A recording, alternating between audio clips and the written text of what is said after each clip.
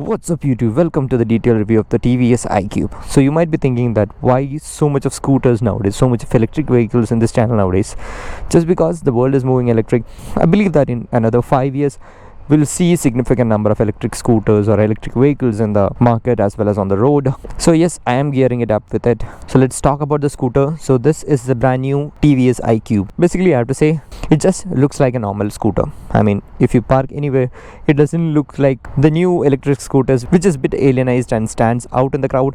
But this one just looks like a regular scooter. Just that when this is rolling and people get to know that there is no sounds from the scooter, they just freak out and think that what is this happening? Is it a ghost which is going in? Then they come to know that it's an electric scooter. So yes, actually I got a really nice chance to ride this scooter, especially multiple charging cycles and all. So altogether I'll say that the weight distribution of the scooter is something very different from the other electric scooters, because this is exactly like the normal scooter. Because as for TVS, there are 3 batteries in this. One is under the footboard, 2 under the seat. That means the weight is more towards the rear side of the scooter. Basically in an electric scooter you have the weight towards the front, so the riding is almost like riding a motorcycle in those kind of electric scooters. But on this one, exactly like how a normal scooter should do. The weight is on the rear, so when you ride you have to use your rear brake more. So before we get into the more technical details of the scooter, let's have a walk around. So what you see in the front, so here you'll see the DRL. Let me turn it on. So this is the DRL. This is the headlamp section. Coming onto this side, again pretty much scooterish looking feel, and towards the back the rear section has designed very well and looks really nice. And this portion will looks like a shaft based system or something, but no, it's a hub motor, so that's how it works. We'll talk about that later. So pretty much looks neat and elegant, and the quality of the plastics and everything is good. And you can see a light over there, the TVS electric. That also looks nice.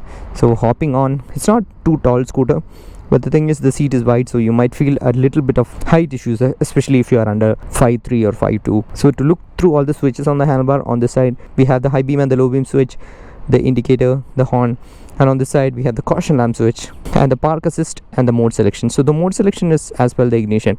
So when we turn on the key, yeah, it makes some sounds like it's booting up or something. When I turn it on, it shows quite a lot of information. So basically there are 2 riding modes, eco and power. So eco has a range of 75 km and power has a range of 55 km.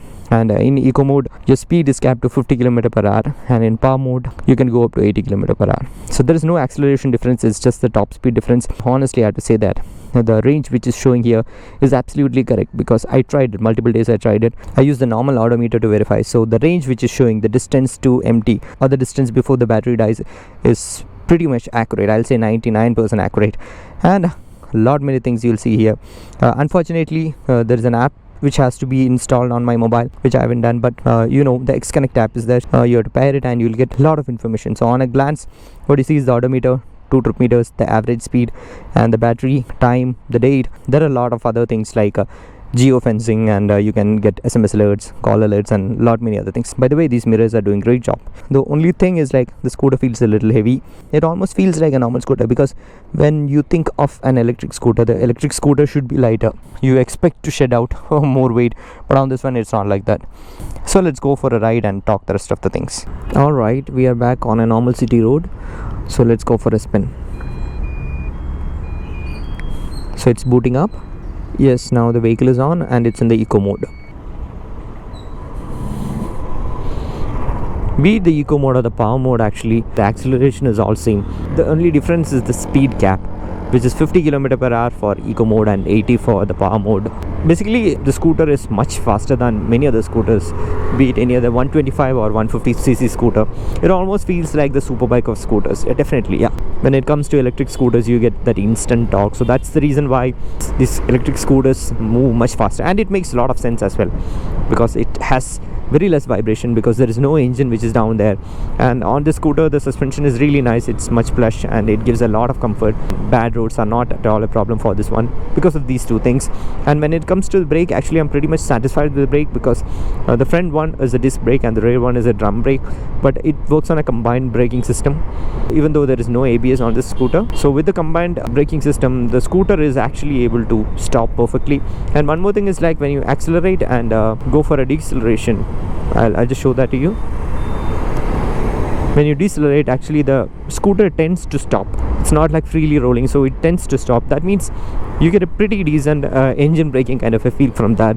I really don't want to call it as an engine braking, but that's how it feels. This has a hub motor, so the rear wheel has the motor itself. The wheel itself is having the motor. So the thing is, it's quite often that we run into a puncture and all, so it's easy to fix the puncture. And the second thing is, like, if you get a puncture on the rear wheel, then on a normal motorcycle or a normal scooter, what happens is that having a puncture and running for a long time will damage your rim. Basically on this one, you have the motor inside the rim. That means you will damage the motor itself. So first rule is, whenever you have a puncture on the rear wheel, fix it as soon as possible. And it's a tubeless tire, so the air don't escape that easily. You get some time to go and fill the air, and you can have the puncture kit. So it's always better to have a puncture kit with you. I always do that, that's why I'm saying. So to talk about the ownership, the scooter comes for around 1,15,000 on road Bangalore, which is actually value for money. I'll tell you why. Because if you compare this with any other petrol scooters, and let's take a 3 years or a 5 year usage, then in my opinion you save a lot of money, because 1,15,000 is a very close pricing to the petrol scooters, and you don't have to put petrol in this. Currently the electricity bills are not that high when compared to petrol, and the charging cycle on this one is like for a full charge it will take 6 to 7 hours, and with the 6 to 7 hours of charging on the eco mode you get 75 km, and on the power mode you get 50 km. That means you have to be a little more systematic in your life. I'm talking from my point of view, okay, because I was charging this scooter once in 2 days, so it's like minimal usage. If you have a lot of usage, then I'll say you can look for the TVS and talk or something like that. Basically I feel the scooter is more towards people who wanted to commute to office or to college, or you want a scooter for your household where you wanted to drop your kids, go for some groceries and all. Personally, if you ask me if there is enough space over here, I'll say that the leg space is good. For tall riders as well, no problem. Only thing is, like, I would like to see this portion, the handlebar, to be a little raised so that it gives a little more comfortable ride. Otherwise no issues. So I was talking about the charging cycle actually. 6-7 hours of charging and 75 km means you have to be a little more systematic. And the servicing is like once in 4,000 kilometers or once in a year, and that won't tear your pocket like a normal petrol scooter, because the servicing is just like the battery maintenance check, and you'll check the tires and you'll check the brake pads, that's all, nothing more. That's why I told it's a very value for money scooter. And one main advantage of this scooter compared to other electric scooters is that this comes with a normal charging setup. That means you don't really need a power socket. Power socket is something which is really difficult for you to find in a parking lot. So in that sense, you can carry your charger anywhere and charge it from anywhere if the earthing is good. So to give you a verdict, in my opinion, the pricing is very competitive to a petrol scooter. So if your usage is something like moderate, definitely suggest this scooter for you. And the quality and the fit and finish on this scooter is like exceptional, the same quality that you have seen in the RR310 and all.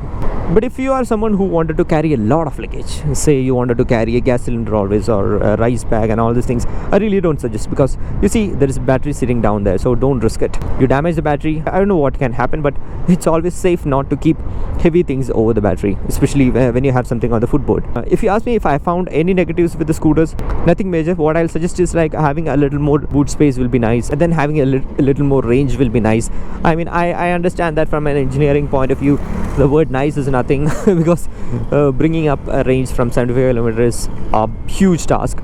If it's something like 100 kilometer, that will be great. And a minor observation which I've seen is like when you're on the power mode, when you're in 70 and all, and when you try to do a fine adjustment with the throttle, like the acceleration, the throttle feels a little bit laggy. I'm just nitpicking, otherwise absolutely a brilliant scooter. So I hope this video has helped you, and if you have any doubts on the scooter, let me know. If I know the answer, definitely I'll be able to reply you back. So I hope this video is helpful for you, and as always, show some love in the form of likes and comments. See you in the next video. Until then, bye bye.